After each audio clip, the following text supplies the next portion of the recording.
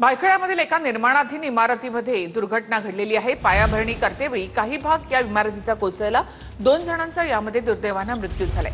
3 जण यामध्ये जखमी झालेत। नायर रुग्णालयामध्ये त्यांच्यावर उपचार सुरू आहेत। थेट आपण जाऊयात आमचे प्रतिनिधी मयुरेश जाधव यांच्याकडे। मयुरेश, नेमका हा अपघात कसा झालेला आहे?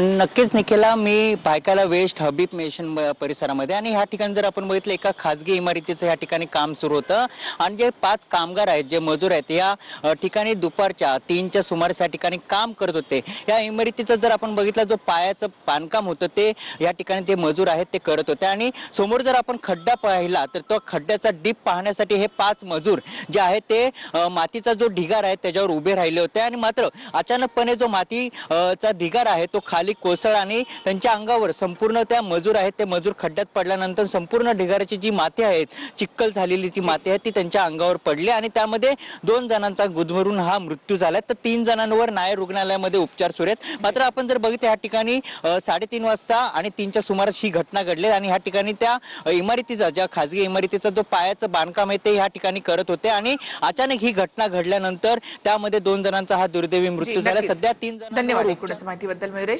भायखळ्यामध्ये नवीन इमारतीचे बांधकाम सुरू होतं। पाया खोदला जात असतानाच या ठिकाणी ढिगारा अंगावर पडून या कामगारांचा मृत्यू झालाय। कीर्तनकार इंदोरीकर महाराज यांच्या मुलीच्या साखरपुड्यानंतर सर्व स्तरातून टीका होत आहे। टीका करणाऱ्यांवर इंदोरीकर महाराज भडकलेत। मी मुलीचं लग्न साखरपुड्यापेक्षा देखील मोठं करणार असं इंदोरीकर म्हणाले। मला माहित होतं या अवलादी माया मला उठणार आहे। त्याला चॅलेंज सांगून दिलं, लग्न मी याच्या लक्षात जंगल नाही बुक तुला काढला। 30 मिनिटाच्या सभेला 3 कोटी खर्च आहे। कोणत्याही चायलेंजवाल्याने विचारून दाखवा पैसे कुठून आणले।